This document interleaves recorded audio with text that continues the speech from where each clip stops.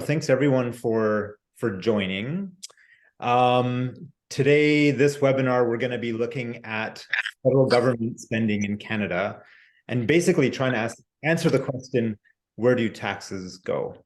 So this is an initiative that I launched not too long ago. I know many, if not most or all of you in here, but those of you that might not know me, my name is Christoph, and I started an initiative called Understanding, which is looking at different topics that aren't taught that often and starting with different webinars and courses and discussions around government finance. And so this is the first sort of shorter webinar in the series. So it's going to be 30 minutes. Going to try and go through a fair bit in that amount of time.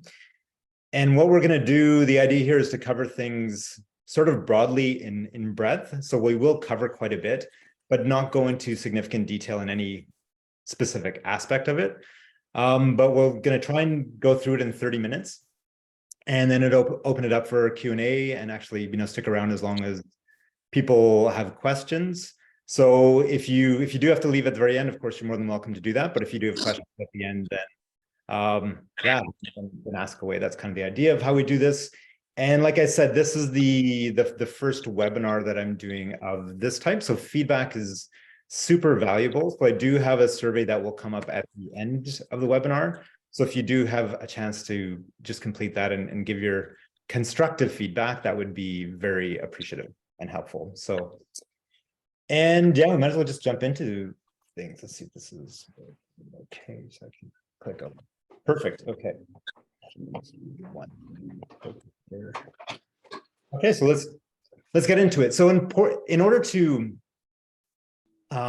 understand government spending and have a really understand just kind of where money is coming in and going to, it's important to first have a sense of how a country is organized and really more the division of powers and responsibilities. So at a very, starting with the very foundation, Canada is a federation. And what that means is that there's more than just one government. For not assuming how long how familiar people are with the system that we have, but there is a very decentralized division of powers and responsibilities in the country. And these are outlined in the Constitution and through subsequent laws and acts that have been passed. And so this divides basically the Constitution and those laws and acts that have been passed afterwards are what outline the division of responsibilities between the federal government, the provinces, the territories, and then even the cities and even the indigenous, like the band councils. Those are outlined in the Constitution, and that's really what dictates, where government resources, where they can come into and where they're spent. And just to give one example, this is not the same everywhere. Again, many of us have experiences with different countries, and we all know that not every country is like Canada. But I'll just give one example of Spain, for instance. So they're a sort of type of federation, but in their constitution, their government, their central government, can actually dissolve the state government. So in 2017, I don't know how many of you might remember this, but their federal government or their national government dissolved their parliament in the state of Catalonia because they had MPs that were voting to secede. So they had that right in their government system to do that, and that's something that you wouldn't see in Canada because the provinces actually really do have quite a bit of power, and that's something that I know I was listening to an interview not long or the other day from Bill Morneau, who used to be the Minister of Finance, and he was commenting on how Canada actually is one of the most decentralized countries in the world, where the provinces really have a lot of power. So that's just one foundational thing to have a good sense of in terms of understanding government spending. So what does this actually look like? So who does what? So basically, at the time of in the very beginning, I'll go over this a little bit quickly, but in the Constitution, the provinces were given authority or power over 16 specific areas. Some of them are outlined here. But generally speaking, they have jurisdictional or authority and power over those areas that really pertain to what happens kind of exclusively within the province. And then the federal government, again, at the time of Constitution, they were given power, or they were given authority over 29 different areas. Again, some of them are outlined here. And also they said residual areas. So as society would change over time, as we know it has since 1867, the federal government would take up those areas of responsibility as well. At that time, there was two shared responsibilities, which are agriculture and immigration, and there's also different areas of overlap. And I've added, with all of these sort of et cetera, just because there's more items. And actually, even from the point of Confederation, there was a lot of, kind of overlap between different areas, and even sort of discussion and debate about where the power sort of started and ended, and where there was that delineation. So this gives you some idea, but the reality in practice is it's not. And as I'll talk about a little bit, there's many areas that actually are shared, and many areas, especially given, as the world evolves and as the country changes, that are kind of up for debate and being discussed. I forgot to shift premiums. And so we have some sense of the powers and responsibilities. So now to talk about, okay, well, how do we decide how money is spent? Really, this comes down to, it starts with the party that is in government. So actually spending authority comes from Parliament. So it doesn't come from the governing party. So for instance, the Liberal Party right now, they can't just choose how they want to spend money as they please. They have to get approval from Parliament, which is why, for those of you that are up to date with what's happening with many discussions about spending, they're very much, they sort of have an alliance with the NDP so that they can get what they want to, the spending that they want to have approved and get the budgets approved. So, but once that happens, the guidance for the different institutions that deliver the different programs and services that actually are responsible for spending money starts with the ministry or cabinet. And so there's 39 cabinet ministers, which are all part of the governing party, which are part of the Liberal Party. They're selected by the Prime Minister. And they are then subsequently responsible for the 22 ministerial departments. You might look at this and say, well, those numbers don't really add up. It's because of those 39, some of them are deputy ministers, and even within those ministries, sometimes they're even broken down into like sort of sub-ministries and different areas. But they are the ones that provide the guidance, but there's 22 ministerial departments, which then have portfolios of different institutions and agencies that they're responsible for. So the ministerial departments are things that many of us would have heard of, things like Department of Finance, Department of Health, Justice, Department of Defense, Indigenous Services. So these are kind of the main areas. And then below them, sort of the government institutional structure is that there's 247 federal government institutions and interests. So this is 43 crown corporations. This is things like the Bank of Canada, things like Export Development Canada, Canada Post.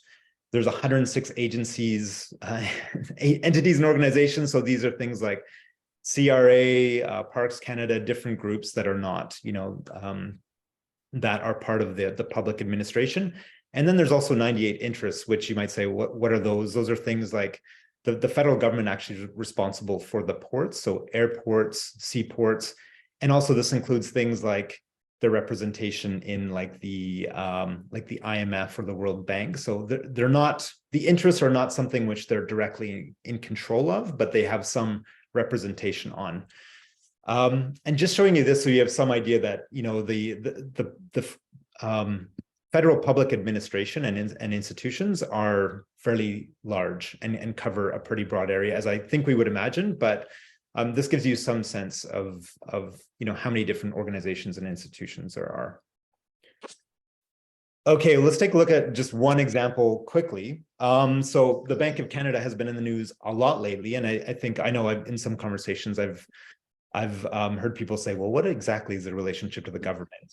And as well as asking many other questions about what the Bank of Canada is doing and what their mandate is. I'm not going to read through this, but just want to say that the Bank of Canada is wholly owned by the federal government, actually. So the federal government is their only shareholder. And one thing which maybe not many people know is, so what that means is the Bank of Canada normally generates a profit, and that actually goes to the federal government. So actually the Bank of Canada started in 1935. That's something that came out of the, after the Depression happened, it was a decision by the government to start the central bank. And over the last decade, they normally would remit about $1 billion to the federal government in revenue. So normally they generate money. More recently, some of you may have seen that they're forecasted to lose money. They started losing some money for the first time ever, which is expected to be for 2 or 3 years. And that's sort of a feature of what's happening just with the rapid rising interest rates. But anyway, just the Bank of Canada actually is, it's owned by the government, and the Minister of Finance appoints the members of the board of directors of the Bank of Canada. So just want to give you a sense of that and their relationship to the government. So who else? We've talked a little bit about these institutions. So who works for these different government institutions? So who are the public service? So this is the civilian, this is the workforce of the Canadian government. This is people that work for, CRA, like some of the different institutions I mentioned. This number doesn't include people that work for crown corporations. So that would be even higher. So for instance, Canada Post alone has about 90,000 employees. So that's not included in this number of nearly 400,000. So it's fairly significant. And so one way of thinking of this is that 1 of every 100 people in Canada, or that you see, works for the federal government. And here in this graph, you can see just how it's been changing over the last number of years. So it's been growing a fair bit, increased more recently, and then is expected to drop down a little bit. But that's partially because of what's been happening with what happened with the pandemic. Taking a closer look at just what some of the bigger departments are, as you can see on the bottom, National Defense is the largest department in terms of HR. So they have nearly 90,000 people. About 70,000 of that is actually like people in the reserve that are employed by the government essentially. And then from there, you can see the numbers drop off fairly significantly, although Canada Revenue Agency and the Employment of Social Development Canada both grew fairly significantly over the last number of years, especially, again, given COVID, and because there was, a lot of processing of different payments that were going through. So both of those departments and agencies grew fairly significantly. Overall, there's 19 institutions that have more than 5,000 people that, again, contribute to that overall number of nearly 400,000. So, I've talked a little bit about the powers, the institutions, the departments. Now, how does spending get approved actually? Like I mentioned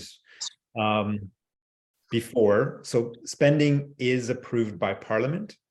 So it's not something that the government just says, here's what we want to do, and we're going to do it.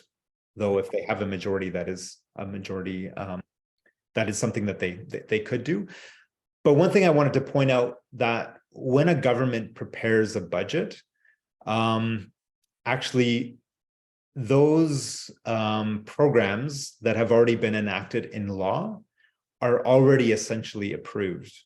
So when a government is putting forward their budget, at least half, and in many times it's actually 2/3 of the budget is already approved, because it's something which has already been, because it's already part of law. So given one example, something like employment insurance is not something, like if a government were to come in and say, we're spending too much, we want to save money, there's certain things that they can't just cut because they're already law.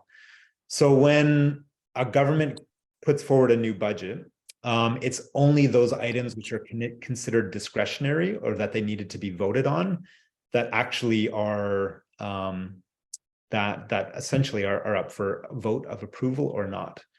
If a government were to put forward a budget and it were to be rejected, still a significant portion of spending would still happen because they're things that have already been approved. One way of thinking of this, I just thought, like, if just say you're going into a new year and you're thinking, well, how am I going to save money this year? Should I just stop paying my mortgage? Well, you kind of can't do that because it's a longer term agreement, something which you've is already in place. So it's kind of the same a little bit. This is something that's already part of a longer term commitment, and so a lot of government spending, basically, unless there's some change to that law, it already is approved and goes through. Hopefully that makes sense. So let's start to, well, actually, just before we get into some of the numbers about where spending levels are at, I want to just give some perspective on high-level perspective about some of the numbers, because I think, so often if we hear about, say, spending in Canada or even the US, you hear trillions of dollars, billions of dollars, millions of dollars, and it's just, we're very disconnected from what that actually means. So if we think of Canada, and the population is getting closer to 40 million, or closer to 39 million, our gross domestic product, our GDP, is about 2.8 trillion.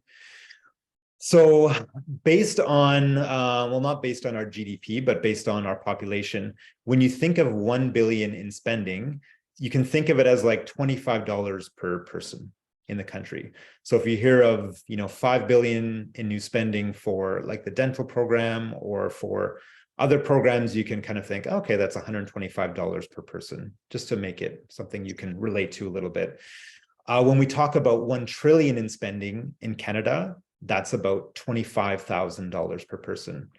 In the US, you can see, being a bigger country, bigger population, those numbers are quite often in the US, you hear about $1 trillion budgets and spending. And so it's, given a bigger country, it makes sense. It's a lower amount, only about $3,000 per person.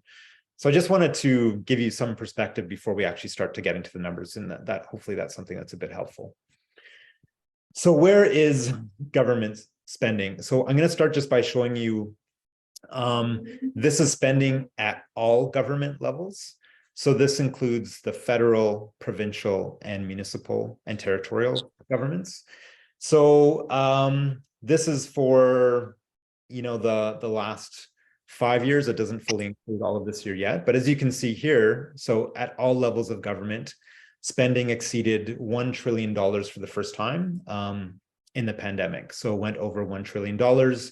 Prior to that, it was, more or less, balanced. Actually, in 2018-19, there was a bit of a surplus. You can't quite see it here, which means that there was more revenue than expenses. But as many of us have heard in the pandemic, spending increased at all levels and is now above that amount, though trending down a little bit. I haven't seen the forecast, the future forecast just yet, but that's where it's at right now. What does this mean for the federal government? So federal government, you can see how it went up at all levels, but it actually spiked even more for the federal government because they were funding more of, in particular, the pandemic programming that was in place. So spending used to be at about 350 billion prior to the pandemic. It jumped up during the pandemic, and then now is leveled out a little bit, but still going up at a higher level, more closer to about 500 billion a year. So about $500 billion in federal government spending. And I should say with this, you would expect that it would go up to, to some extent, because our economy is growing. So as that happens, income taxes, corporate taxes, and, different aspects of taxation are growing. And also the population is growing. So the country's getting bigger and the economy is growing. So you would expect, just by nature of that spending would go up by some amount. So what are the top 5 expenses? And I'll be honest, when I first looked into this, I actually didn't expect it to be this, but the most expensive program funded by the federal government is old age security and the guaranteed income supplement. So this is about 69 billion. So of that amount, which is about, closer to 500 now, 69 billion is for old age security. Next is the Canada Health Transfer. I'll talk about that a little bit more, but this is part of overall health funding, the part that the federal government supports. Interest on debt has been going up, especially as interest rates have gone up. This used to be more around the between 10 and 20 billion dollars for the last number of years, is going up. And then other areas, defense spending about 26 billion. And just these 5 expenditure areas make up about 40% of the budget. And this is for 2022-23. And I should say with this, so these are the numbers that were updated. The government does updates, so they release the budget, but then they do updates twice a year. So this is as per the last update in November. Old age security, just very quickly touching on, what is it? It's again, the most expensive program for the federal government. So it's essentially income support to people that are retired or above 65. So it actually supports, nearly 7 million Canadians, and is something that, as some of you may be aware, Canada's population is getting older, and actually it's forecasted to, this is one area where the costs will continue to go up in the coming years, and it's expected to be about 96 billion by, I think it's 27, 28. So as our population ages, and there's fewer people that are, there's more people that are of this age and benefiting from this program. This is actually going to be, continue to be the most expensive program, and the cost will continue to go up. And I was going to say, this is different than like the Canada Pension Plan. So this is something where even if you've never, you could have never worked, Canada Pension Plan is something that you pay into, and then you get your pension based on what you've put into it. This is different. This is something that, after you've been in the country for 10 years, you qualify for this. So this is different than the pension plan. So second item was health transfers. So the federal government, so they spend 45 billion. That doesn't cover all healthcare spending. All healthcare spending is about 300 billion. And that's mainly government funding, but that also includes some private funding as well. So this is about 22% of healthcare spending. And at the moment, there's some discussion and negotiations between the federal government and the provinces. The provinces are looking for more funding because they want to increase that amount to about 35%, which I think is throwing a lot of numbers out, but I've heard that will add about $28 billion to the federal spending if that's something that goes through. So that's something that's being discussed quite a bit. As you can see here on this graphic, it just actually shows spending per province. So this is something that the provinces spend, but just to give you some sense of what it works out to per person. So here, roughly, it's about $8,000, $9,000 per person that's spent on health, but that's paying both federally and provincially. What are some other, just highlighting some other areas that are of interest and that cost the federal government a little bit more. So there's, you can see some different items here. One thing I wanted to point out, like the House of Commons, sometimes people will say like, oh, we spend so much on politicians, and that's something to be debated. But I think it's helpful just to know how much it compares to overall spending. So it's about 500, almost 600 million a year, which sounds like a lot, but in terms of overall government spending at 500 billion, it's relatively insignificant, I would say. And it's works out to about $14 per year per person. So again, these are just some different items that are part of the federal domain and the different amounts that they cost. So with the mentioned the health transfer, the federal government also transfers quite a bit of money to provinces for other key programs. One major area is called fiscal equalization. And what this basically, the intention of this is trying to make it so that that no province, especially those provinces that they say have a limited economic capacity, and this might be the areas where maybe the economy isn't quite as strong, that they don't have, say, lower standards of like healthcare or services, or the ability to invest in infrastructure as others. So it's something that goes typically from provinces that generate more revenue to provinces that generate less. And I'm just going to actually just do a poll just to, if you guys want to guess here. So these are the 5 provinces that receive equalization right now. And one of these provinces, equalization is very significant for one of them, that it makes up 20% of their revenue. So I'll give you guys just a little bit of time to answer that as I go through these other areas. Another major federal transfer is social transfer. So this goes to support things like post-secondary education, social assistance and other social services. There's also a special relationship between the federal government and territories. So the federal government provides more funding for territories than it does for the provinces, but they also don't have exactly the same amount of power.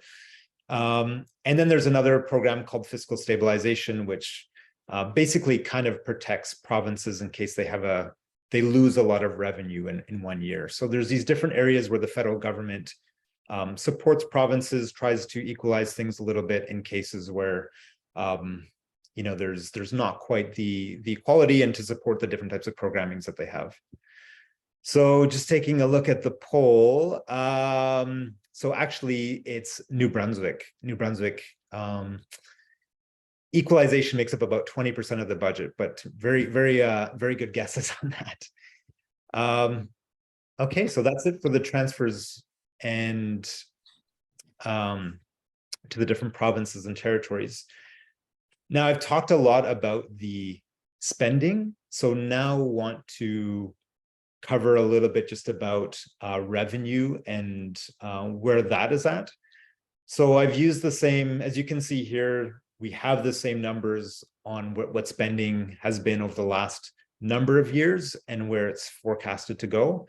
And as you can see, just below that is where federal government revenue is. So as you can see here, it's a little bit below. It was marginally below before the pandemic. There's the big gap, obviously, in the pandemic, and then post-pandemic, it's expected to continue that way.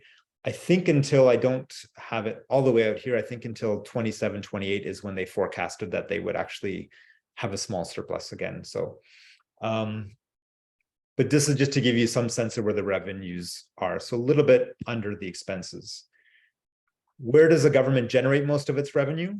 So the federal government, most of it is personal income tax. It's about 50% of all government revenue. Next largest is corporate income tax, and then GST is the third largest, and you can see different other areas here. But it mainly is personal income tax where most of the money comes from. How has this looked the last number of years? I just want to highlight here a couple of things that it's kind of interesting. Corporate income tax, especially the last couple of years, has shot up fairly significantly. Part of this is, as all of us know, Canada is a country that actually produces a lot of energy and resources, and the prices of a lot of commodities in particular have been going up. And so this has increased profits for companies, and as a result, corporate income tax has gone up fairly significantly. And there's other reasons as well, but that's something that has contributed to that fairly significantly. And with that too, even personal income tax has also increased, even though the tax rates haven't gone up. But there are people that have, that were earning more through the pandemic. And maybe one thing else just to point out here, it includes the carbon tax as well. So that's money which is collected, but then actually all dispersed back out to individuals. So that's one item which is a little bit different. It's part of revenue, but then actually all of the money is all sent out to individuals as well. So lastly, I just want to touch on a couple areas on how Canada compares to some other countries. So here, this is looking at the G7, so 7 of the largest economies. And this is looking at spending as a percentage of GDP. And quite often when we try to compare countries, we want to try to compare apples to apples. So percentage of GDP is a way of saying, relative to the size of our economy, how much do we spend? Here, the charts makes it look a little bit like some areas spend very little, but if you look at the bottom, hopefully you can see that even the United States and Japan. So this is how much they spend as a percentage of relative to their size of their economy, and they're at about just less than 46%. And Canada, even though it looks significantly more, it's about 53%. So the scaling of the chart, I just want to highlight that because it might make it look like they spend very, very little when really the difference is about 5 or 6%.